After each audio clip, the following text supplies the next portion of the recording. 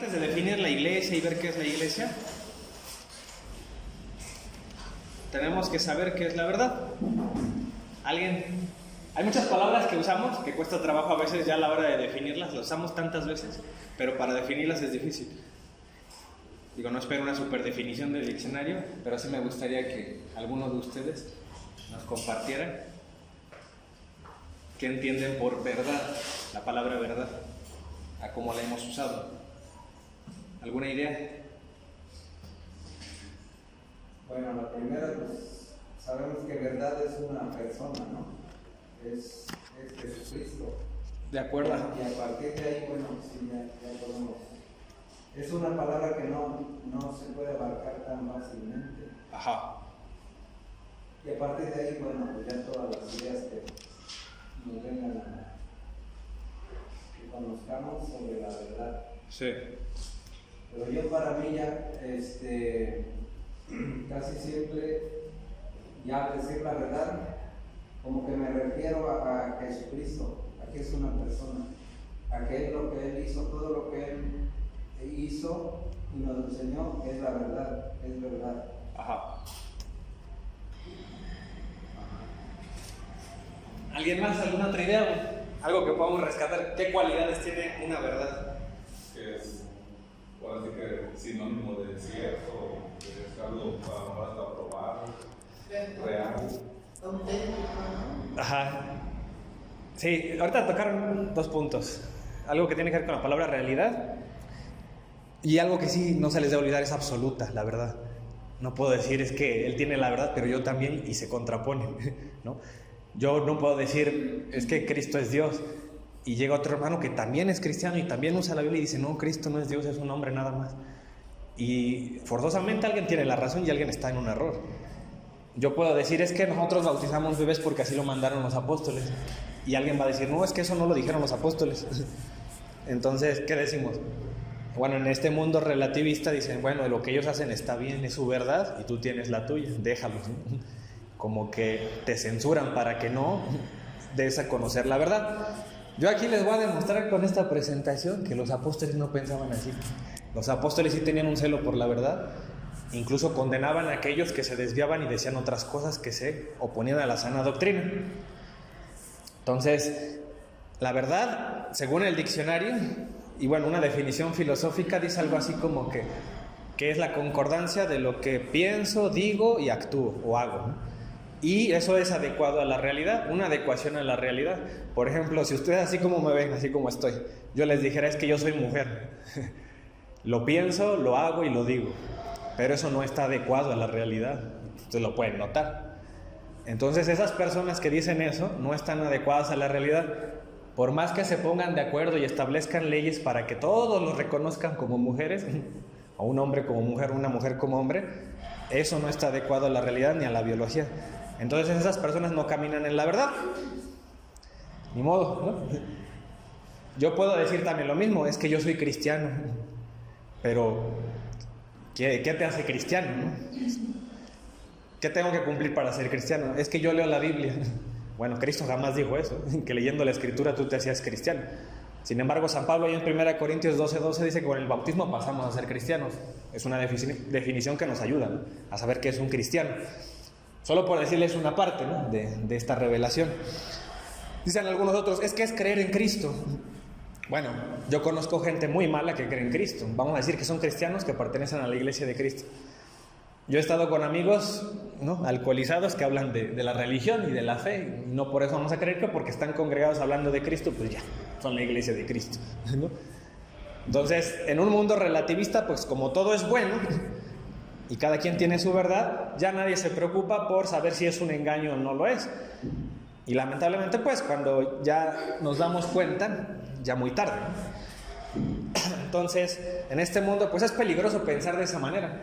Vamos a encontrarnos hermanos, todos, sin importar que se contradigan unos con otros, te van a decir, nosotros estamos en la verdad. Aquí está la salvación en nuestra iglesia. Allá, y lo peor de todo es que critican a nosotros, allá no, aquí sí. Y si se dan cuenta, casi todos los grupos cristianos no católicos, casi todos tienen, como les dijera, se generan o fabrican como un anzuelo como que quieran tener una exclusividad de algo, ¿no? Por ejemplo, algunos pentecostales van a decir, es que aquí hablamos en lenguas y aquí Dios nos da mensajes, como dándote a entender, en otros lados no lo vas a encontrar, solo aquí. Como que quieren tener esa exclusividad de la verdad, ¿no? De que el Espíritu Santo está en ellos. Entonces nosotros, pues vamos a reflexionar siempre esto. Una persona humilde busca y acepta la verdad, aunque vaya en contra de tus deseos personales. Puede ser, ¿cuántas veces ustedes no han oído esa frase que dicen algunos? Dime la verdad, aunque me duela, ¿no? Porque muchas veces así es la verdad duele, ¿no? Por ejemplo, si alguno de ustedes está casado y vas a la casa de tu suegra y te cocina y no te gusta lo que cocinó, no le quedó bien, ¿no? Y a lo mejor ella te pregunta, ¿te gustó? Y enfrente de todos, ni modo que digas, no me gustó, ¿sabes qué? Le faltó sal, no cociste bien la carne. Y a lo mejor no, pero puede ser que tu suegra te diga, bueno, dime la verdad aunque me duele. Y a lo mejor ahí ya, pues sinceramente le dices, ¿no? Lo que pasó. Si sospechas de una infidelidad de un amigo, de tu mujer, pues también le vas a decir eso, dime la verdad aunque me duela. Y tú sabes que aunque te duela es lo mejor para ti, conocer la verdad. Entonces, la verdad también, cuando tú la aceptas, la ves, la vives, te ayuda a mejorar. ¿Por qué? Porque te estás adecuando a una realidad. Entonces te da esa humildad. De hecho, la palabra humildad, cuando tú la lees en el diccionario y se desglosa, en los grupos de alcohólicos anónimos dicen que la humildad es sinónimo de verdad. El que se maneja con humildad es alguien que se maneja con la verdad. Entonces, por eso va a ser importante, eso nos va a adecuar a la realidad, a lo que es la vida, lo que es la sociedad y lo que nosotros podemos aportar hacia ella. Entonces Dios, su principal objetivo es revelarnos esa verdad. Dios va a decir a través de los años, desde la antigüedad, y esa plenitud de la verdad viene con una persona, como decía Rigo, ya en un sentido religioso cristiano, la verdad se personifica. Le llaman el logos o el verbo, la palabra de Dios. Según Juan 1.1, ese verbo se encarnó en Juan 1.14 y ahí nos da la pista, ¿no? Se hizo hombre. ¿Y quién? Le llamamos Jesús, ¿no? Jesucristo.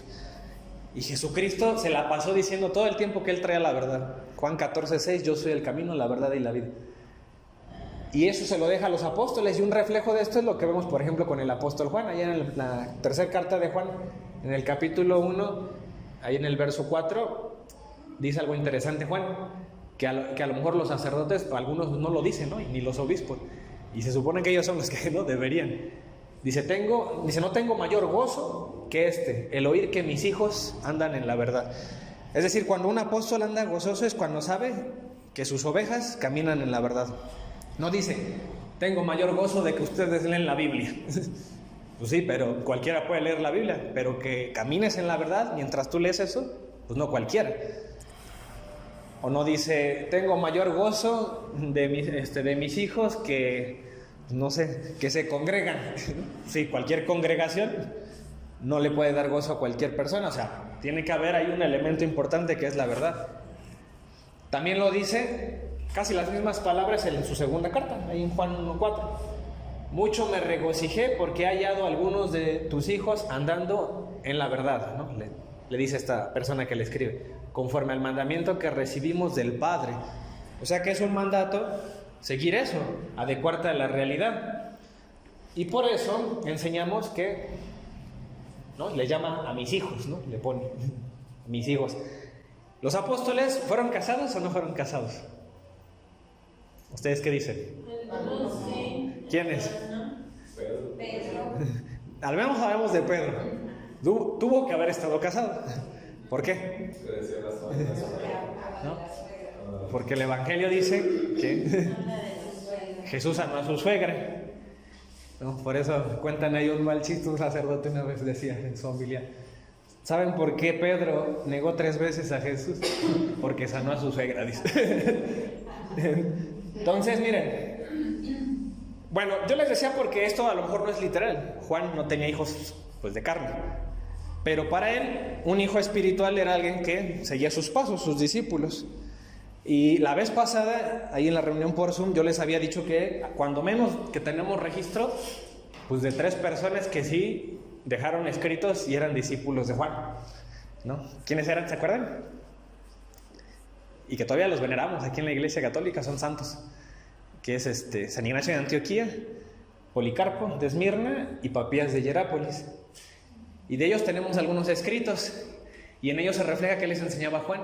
Y ellos te hablan de la Eucaristía, que era la carne de Jesús, te hablan del purgatorio, te hablan de una jerarquía en la iglesia, un montón de elementos que son católicos, son los que seguimos la iglesia, y que al día de hoy los protestantes no los creen, a pesar de que fueron enseñados por Juan. Entonces, miren, los apóstoles, bueno, Pedro, aunque estuvo casado, eso no anula que haya sido el primer papa o que haya sido un presbítero. Entendemos que dejó todo por Cristo, y muy probablemente hasta dejó su matrimonio. O pudo haber sido viudo también, ¿no? Y aún así tenía suegra. No sabemos esa parte de la historia, aunque sí hay elementos, hay tradiciones, ¿no? Que sí hablan de que su esposa vivió e incluso murió en martirio también. Pero bueno, eran personas dedicadas a Dios, según algunos testimonios de la antigüedad. Pero bueno, de eso no hay problema, que sí hayan sido casados. Es más, los primeros obispos eran casados, según en la primera carta de Timoteo, en el capítulo 3, en adelante, dice cómo debe ser un obispo. Menciona que generalmente eran casados ellos. Pero bueno, eso será tema de otro día, que platiquemos. ¿Y qué nos decía San Pablo? Por ejemplo, ahí en Efesios 4, verso 15. Cuando ustedes vean que la Biblia habla de la verdad, hay varios versículos que nos lo vinculan con el amor. Entonces, un padre que educa a sus hijos y no los educa con la verdad, es decir, tú omites muchas cosas para no ofenderlo, para que no se sienta mal, lamentablemente pues no estás actuando en el amor, según los apóstoles. Vean, por ejemplo, ahí mezcla, ¿no? Dice, sino que hablando la verdad en amor.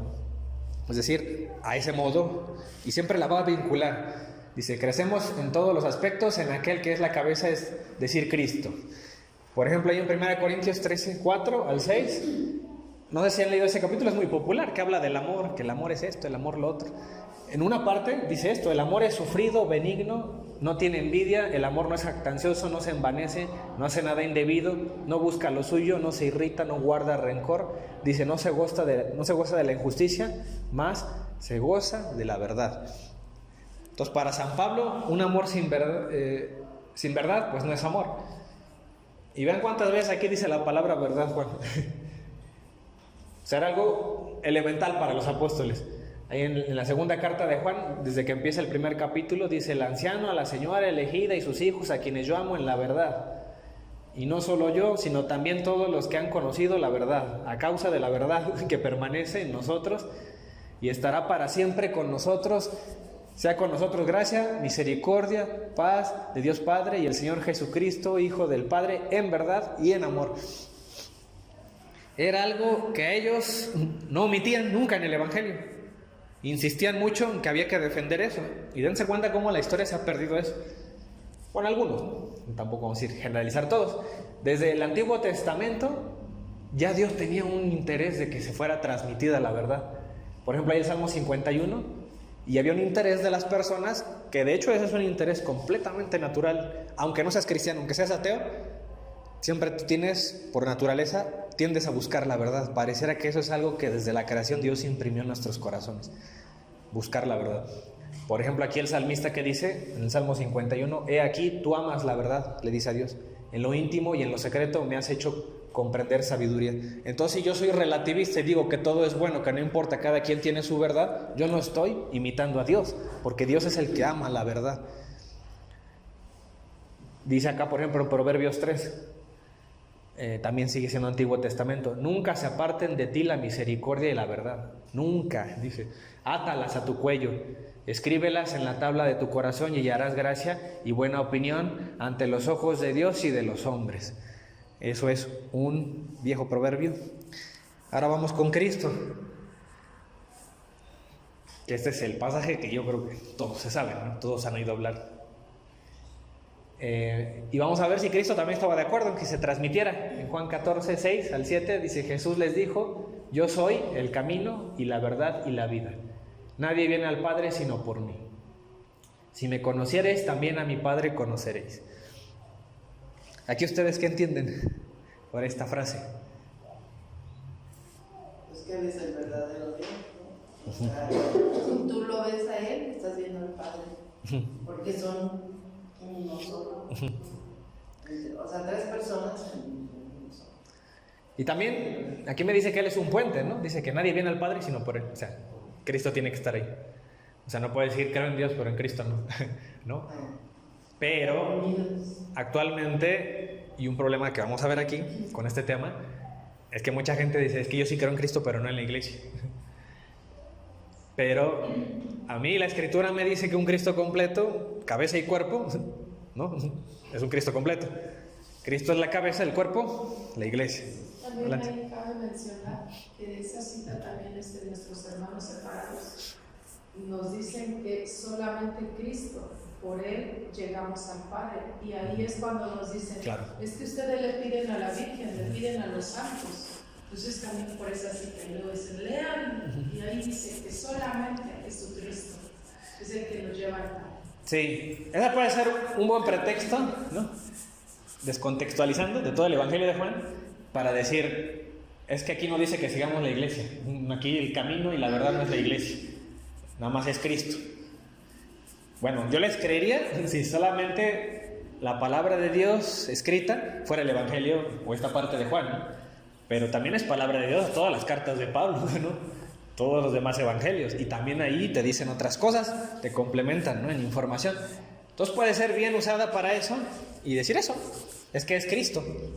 Y yo sí estoy de acuerdo. Aquí el problema, o el Cristo que nos enseña San Pablo, por ejemplo, es un Cristo con toda iglesia. Entonces cuando yo digo que sigo a Cristo, o sigo la iglesia, también estoy siguiendo a Cristo, ¿no? Seguir a la iglesia es como seguir a Cristo. Si no, entonces ¿para qué se tomó la molestia Jesús de fundar una iglesia? ¿Para qué? ¿O de qué sirvió? Si al final los humanos la vamos a desechar y vamos a decir que solo seguimos a Cristo. Entonces, ¿qué tenía en la mente Jesús cuando dijo voy a hacer una iglesia? Y es bien curioso porque cuando funda la iglesia, Jesús justamente es en un momento en el que hay una confusión. Y después inmediatamente le dice a Pedro, ¿no? Tú eres Pedro, ¿no? Y sobre esta piedra edificaré mi iglesia. ¿Para qué? Para aclarar esa confusión de quién es Jesús. Decían algunos que era Juan el Bautista, algunos que era una reencarnación de algún profeta. Y entonces les pregunto a ustedes, ¿quién creen que soy? O no, ¿quién es el Cristo? ¿No? Es la pregunta. Y es cuando Pedro dice atinadamente que es el Hijo de Dios vivo. Y ahí es la declaración de Pedro a Jesús, y Jesús declara, ¿no? ¿Quién es la identidad de Pedro? Que va a ser la piedra visible de la iglesia. Entonces miren, acá la declaración que aquí subrayo de Jesús es que Él es la verdad. Significa que nuestra mirada, nuestro centro debe estar ahí. Y si nosotros nos fijamos en María, en los santos, en la iglesia, en el Papa, no es porque quitemos a Cristo, sino porque todos ellos están alrededor de Él y Él apuntan todos a Cristo.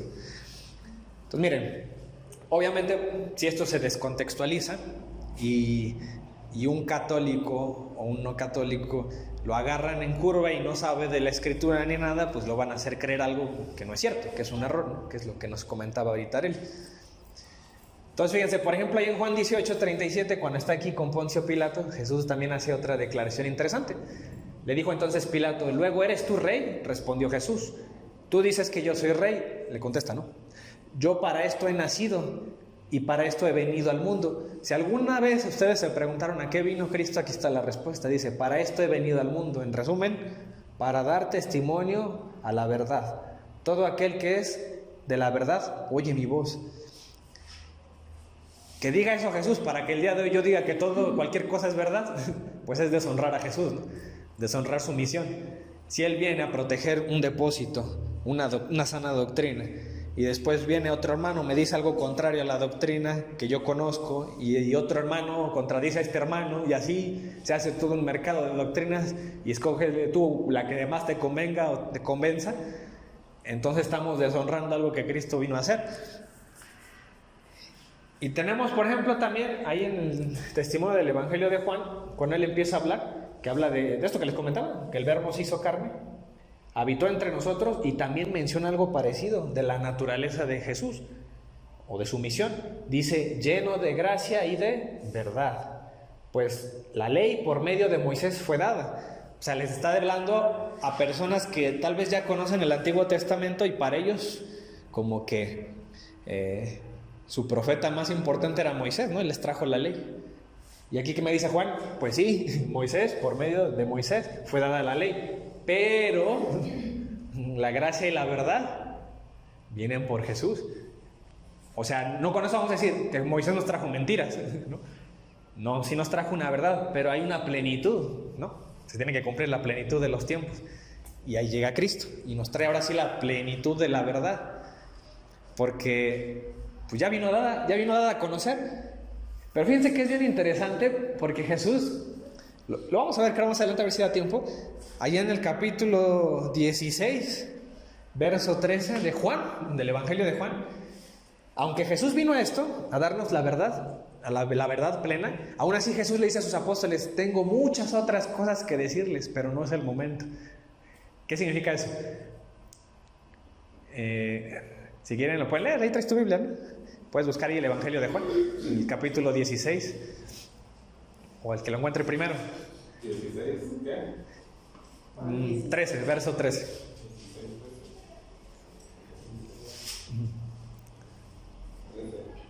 Y cuando venga Él, el Espíritu de la verdad los guiará en todos los caminos de la verdad.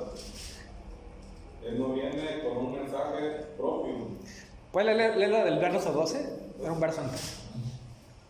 Aún tengo muchas cosas que decirles, pero es demasiado para ustedes por ahora. A ver, hasta ahí. Fíjense cómo Jesús sabe que hay muchas más cosas que hay que enseñar y decirle a los apóstoles. Pero dices que son muchas, por ahora. ¿A qué se referirá Jesús? Que no estábamos listos todavía para escucharlo. Significa que hay cosas con las que nos vamos a encontrar en el futuro que a lo mejor no las vamos a encontrar en la Escritura o en la revelación que nos dio Jesús. Pero entonces, ¿ahora quién nos las va a decir si no está Jesús?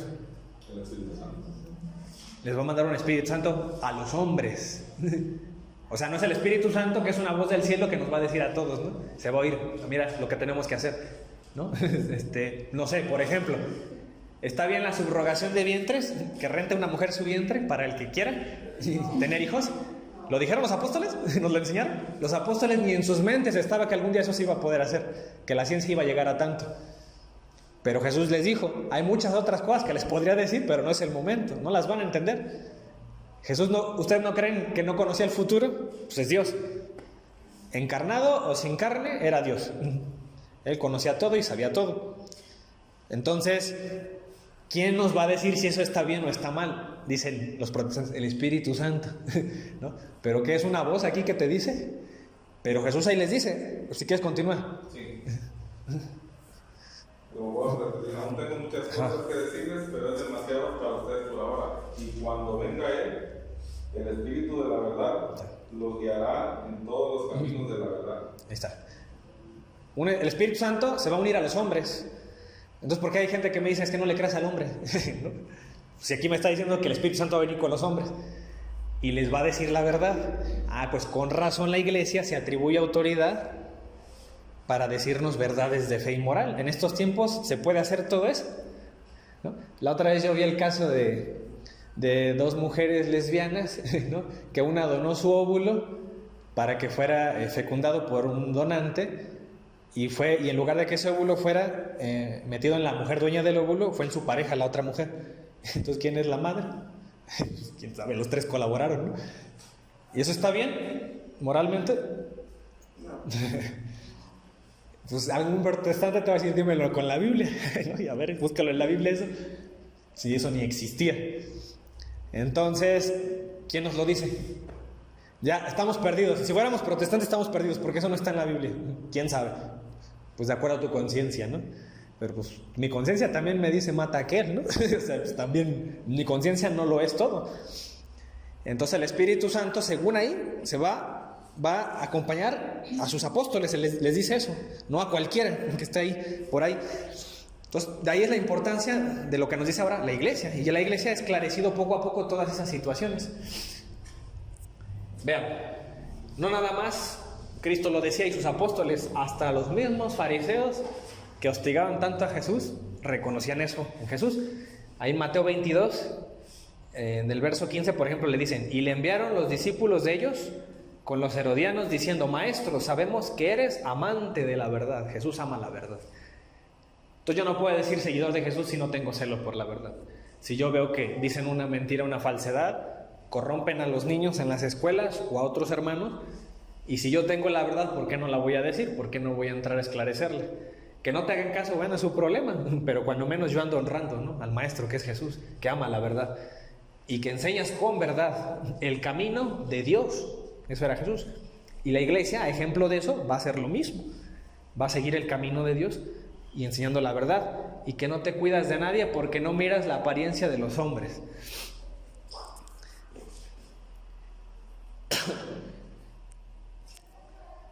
Fíjense el consejo que daba San Pablo, por lo cual, desechando la mentira, hablar verdad a cada uno con su prójimo. Ese es el consejo que nos da un apóstol. Todos los apóstoles, pues, en aquel momento así eran ellos, porque somos miembros los unos de los otros. Y por eso tenemos casos en los que estamos, según supuestamente aquí somos iglesia, nos congregamos, y no que fulanito ya anda con los protestantes, ay sí, va, es pobre. Y en lugar de que vayas por él, lo hables con él, lo que te hubiera dicho San Pablo, habla la verdad unos con otros, si son tus hermanos, pues ahí lo dejamos, ¿no? Pues allá está bien, allá se siente bien él, pues que allá se quede. Y ya se fue, se desvió de la verdad. ¿Tú crees que San Pablo hubiera estado tranquilo si uno de sus ovejas sabía que andaba por allá con los herejes? Pues no.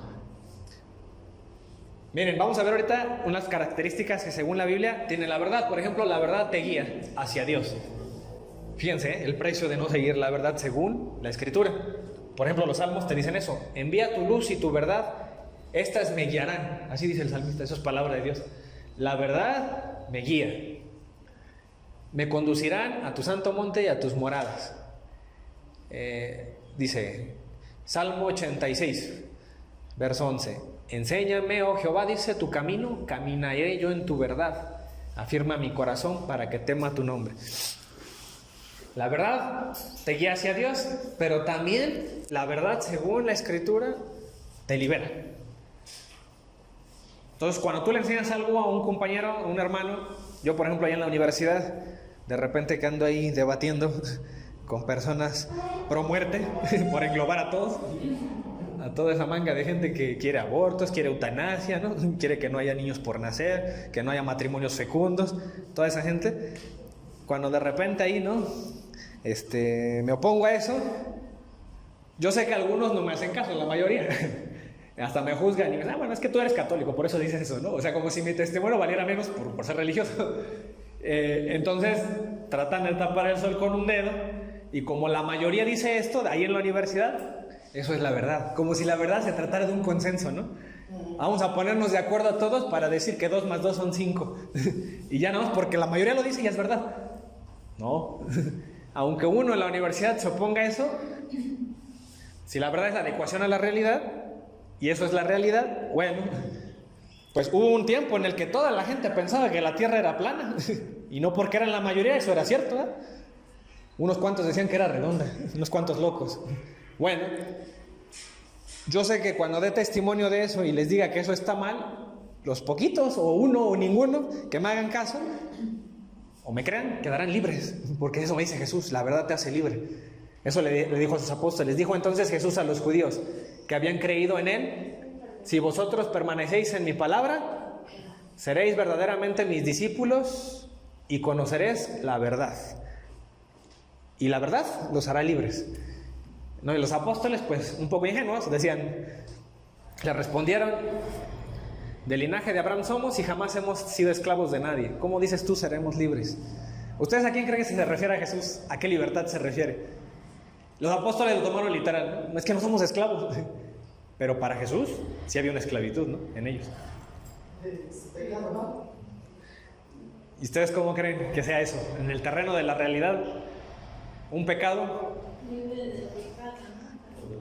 significa que el pecado te va a atar, te va a alejar de Dios.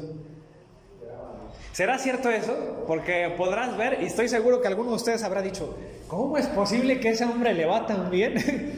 Si anda de adúltero, ¿no? Ni va a misa, no toma nunca la Eucaristía, critica a la iglesia y económicamente le va súper bien. Tiene una buena esposa y ves bien alcohólico y su esposa ahí anda y sus hijos todavía, ¿no? Lo andan cuidando, lo andan queriendo y yo aquí, mi esposa ya me dejó por nada. Entonces, ¿cómo es posible?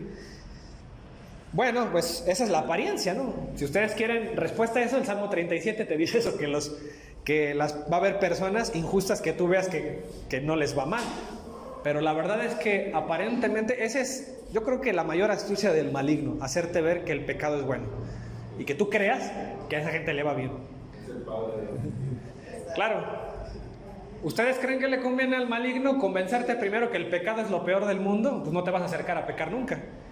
Pero si te muestra un deleite inicial, y todos sabemos en qué termina, ¿no?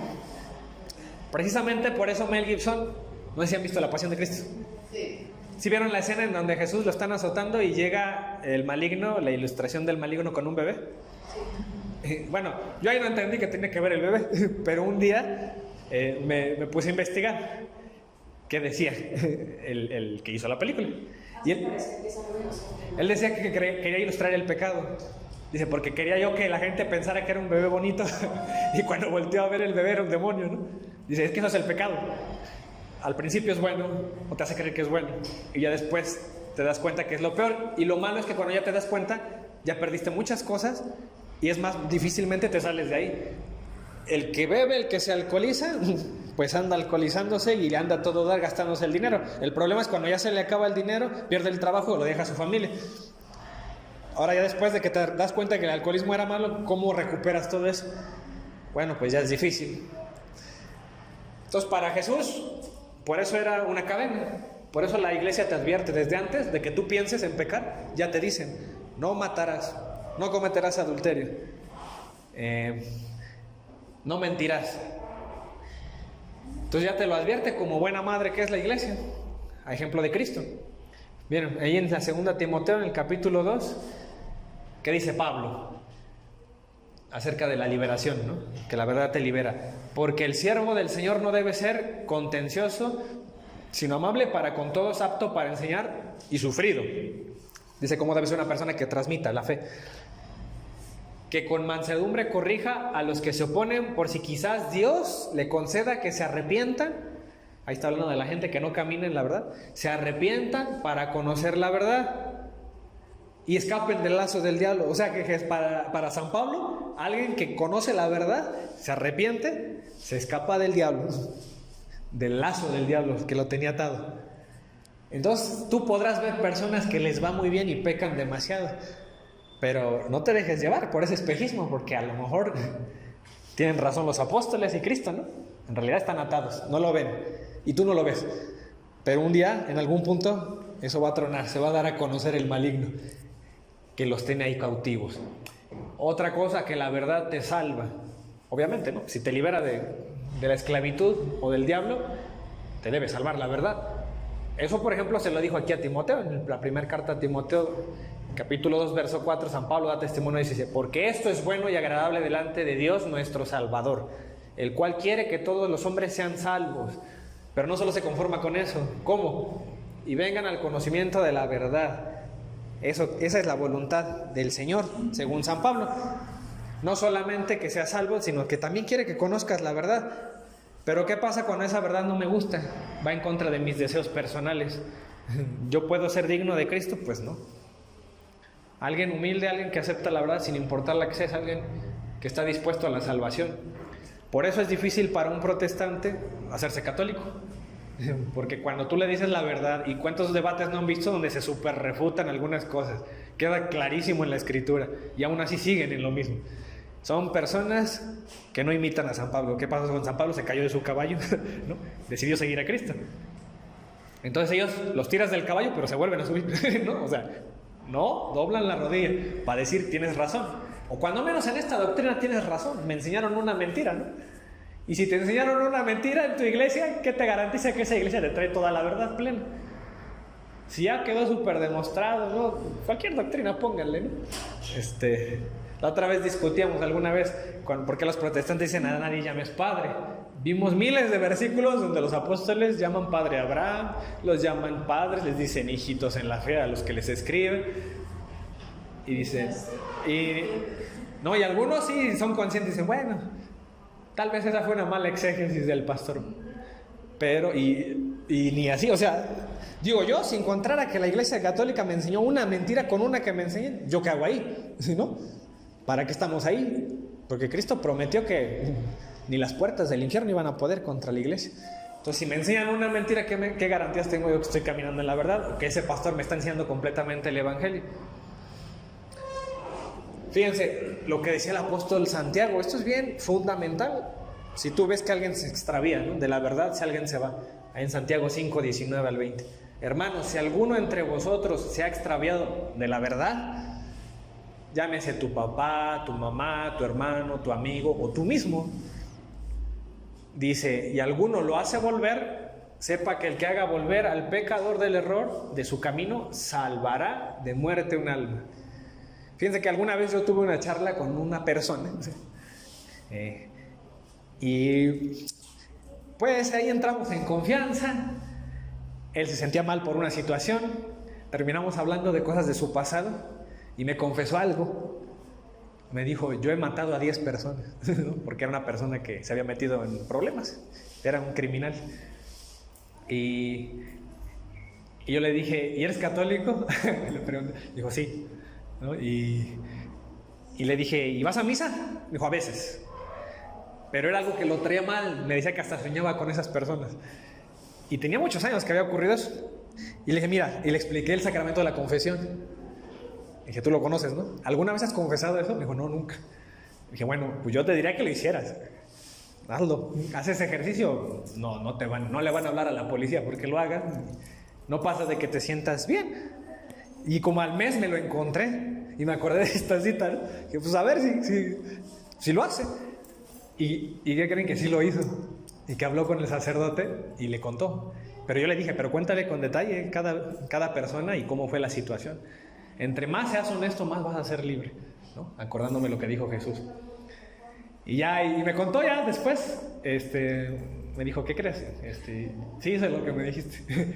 Y yo le dije, ¿qué dijo el padre? Dijo, no, pues se espantó cuando le dije que quería hablar con él y la situación. Y le dije, y luego, pues me dio la absolución. Y le dije, ¿cómo te sientes? Pues bien, me siento libre. Y imagínense cargar un pecado de ese tamaño, una cruz de ese peso. Ya lo traía mal, ¿no? Y sí estaba arrepentido, ¿no? O sea, cuando él me lo dijo. Pero pues yo no soy sacerdote, ¿no? Pero pues lo mandé con alguien y le dije, mira, ellos tienen la sucesión apostólica a Jesús, a ellos les pasó el Espíritu Santo para que ellos sean los que liberan a los hombres. Entonces tiene que ser con él, no nada más conmigo. Sí hay cierto alivio en que tú le cuentes eso a un psicólogo o a un amigo, pero eso no es sacramental. Lo sacramental y lo verdaderamente liberador es lo que Cristo enseñó. Entonces, yo me acordé de esta cita. Dije, bueno, al menos esa vez pude honrar a lo que dice el apóstol Santiago. El que haga traer a alguien de la mentira hacia la verdad, salvará un alma. Entonces yo creo que en el cielo están todos de fiesta, ¿no? Porque esa persona, al menos en ese momento, se reconcilió con Cristo. Porque imagínense que se hubiera muerto sin haber confesado ese pecado. No creo que le esperara a Dios, ¿no? Y San Pedro, pásale aquí, ¿no? No lo creo. Pues ahí que nosotros que estamos aprendiendo debemos ayudar a los demás también. Sí. Y ayudando a los demás, como dice la cita bíblica, nos vamos a ayudar a nosotros también. Porque esa es la promesa de Jesucristo. Es lo bonito de la fe, ¿no? Y de ser familia. Que así es la iglesia, una familia. Que con eso, todos somos beneficiados como iglesia. Y fíjense, y alguien más se sumó a la iglesia, ¿no? O bueno, regresó del camino. Fíjense que, continuando con esta característica de la verdad que te salva, por ejemplo, ahí en la segunda carta de los tesalonicenses, cuando habla de un falso profeta, ahí San Pablo, del inicuo, cuyo advenimiento es por obra de Satanás, con gran poder y señales, prodigios mentirosos y con todo engaño de inequidad, para los que se pierden, dice, por cuanto recibieron el amor por la verdad. O sea, es gente que se perdió, pero habían recibido la verdad para ser salvos. Decidieron seguir otro camino. Por esto Dios, dice, les envía un poder engañoso para que crean la mentira, a fin de que sean condenados todos los que no creyeron en la verdad. O sea, Dios permite la maldad también. Una cosa es que la permite, no es autor de la maldad, pero pues sí es algo que existe. ¿Por qué? Porque también nos dio libertad, a nosotros y a los ángeles. Pues hay ángeles que decidieron no seguir a Dios. También hay seres humanos que van a tomar así su libertad. Entonces, pues si no hay amor por la verdad, pues se condena, no se salvan. Y el maligno lo sabe hacer de una manera tan sutil que cuando te das cuenta, tu hijo ya fue adoctrinado por la universidad, ya es pro aborto, pro eutanasia, ya apoya matrimonios que no son fecundos, que se salen del orden de Dios, y ya cuando menos te diste cuenta, ya se lo llevaron, se salieron de la verdad. Dice ahí en Efesios 1:13, en él también vosotros, habiendo oído la palabra de verdad, el evangelio de vuestra salvación. Y fíjense ahí cómo vincula la verdad con el evangelio, ¿no? Y con la salvación. Entonces también es importante, ¿no? Yo oí la otra vez un pastor que decía, es que yo me convertí a Cristo cuando me dieron a conocer el evangelio. Hasta que conocí el evangelio, como dando a entender, es que a ustedes porque los bautizaron de bebés, a ustedes porque sus papás los llevan a la misa, ¿no? Pero a mí cuando llegaron con el evangelio, ¿no? Lo interesante sería preguntarle qué es el evangelio, porque para una secta el evangelio es una cosa, para una otra secta el evangelio es otra. Unos dicen que el evangelio, la salvación se pierde, otros dicen que la salvación no se pierde, otros te dicen que es importante bautizar niños, otros dicen que no es importante, que eso es un pecado bautizar niños. Unos te dicen que la Santa Cena nada más es un simbolito, otros te dicen que es salvación y que es el cuerpo y la sangre de Cristo. Entonces, ¿quién sabe de qué evangelio habla ese pastor? De todos los miles que hay allá afuera. Pero dice acá, la verdad también te purifica. La verdad te purifica. Dice aquí, eso lo dice el apóstol Pedro en su primer carta. Ahí en el capítulo 1, habiendo purificado vuestras almas por la obediencia de la verdad. Eso es lo que purifica mi alma. Por eso es tan importante buscar la verdad. Y miren, yo me acuerdo que antes de que yo llegara a este tema de la Iglesia Católica, o sea, yo fui bautizado de bebé, pero yo me alejé casi toda mi vida de la fe católica. Entonces, yo desde la pandemia fue que ya me introduje a estos temas, me puse a estudiar y a leer y a ver, y yo siempre me había definido antes de esto como que yo buscaba la verdad, yo buscaba a Dios. Y siempre que me preguntaban, dije, pues es que yo siempre busco a Dios. Yo cuando conocí la fe católica, me di cuenta que ya había terminado esa búsqueda. O sea, ya. ¿Por qué? Porque Cristo fundó una iglesia. No fundó otra congregación allá afuera. O sea, primordialmente una iglesia que puede manifestarse en otros lados. Claro que puede hacerlo. Pero esa búsqueda terminó sobre todo cuando yo conocí la Eucaristía. Porque si tú quieres buscar a Dios aquí en la tierra, es eso, la Eucaristía. ¿Quién custodia eso? Solo la Iglesia Católica, nadie más. Los demás te dicen que solo es una comidita, que pues nada más pásale para acordarnos de Cristo, ¿no? Lo que hizo con los apóstoles, no. Pero aquí que la Iglesia Católica te dice, es que eso es Cristo. Aquí está presente en nuestro culto. Comemos con Él y comemos de Él. Entonces aquí, pues terminó mi búsqueda de Dios, ya lo encontré. Ahora lo único que me queda pues es esperar a morirme para estar con Él más de cerca, mucho más de cerca, ¿no? Entonces, ¿qué quiero decir con esto? Que por eso fue importante encontrar la verdad. Encontrando la verdad y perseverando en ella, por supuesto, no significa que ya somos salvos, ¿verdad?